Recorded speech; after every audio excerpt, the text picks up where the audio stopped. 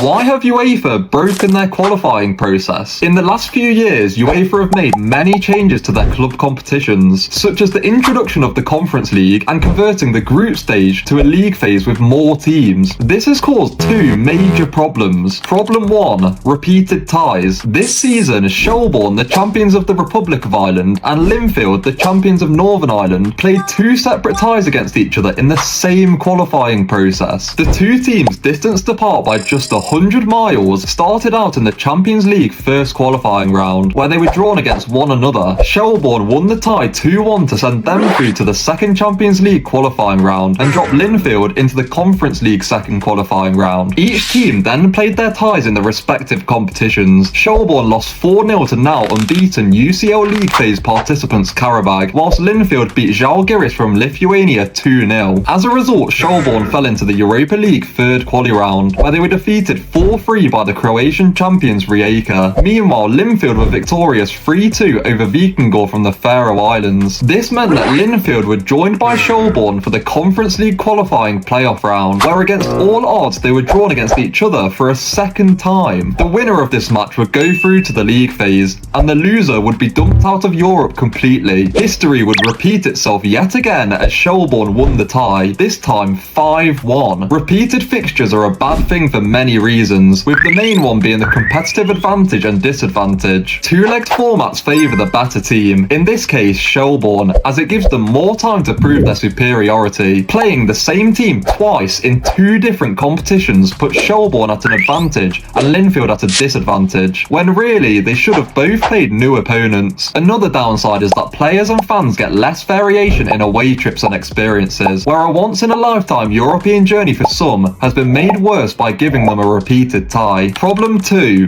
the glitch. Due to the way UEFA hands out qualifying spots to federations, sometimes teams that finish higher in the league miss out on the league phase, but teams that finish below them get a guaranteed spot. This has happened in the last 2 seasons now. In this year's example, Servette, who finished second in the Swiss Super League last season, will not be playing continental football this season, but Young Boys, who finished third, will. This occurred because Servette started in the second qualifying round of the Champions League. They lost this tie, then the Europa League third round, and then the Conference League playoff. On the other hand, Young Boys started in the Europa League playoff round and were therefore guaranteed Conference League football even if they lost. Last season, this happened to Partizan, who missed out despite finishing second, whilst third place TSC made the Conference League. This is completely unfair and undermines sporting merit. How a team that performed worse receives a greater reward than a team that performed better than them. UEFA need to sort this out.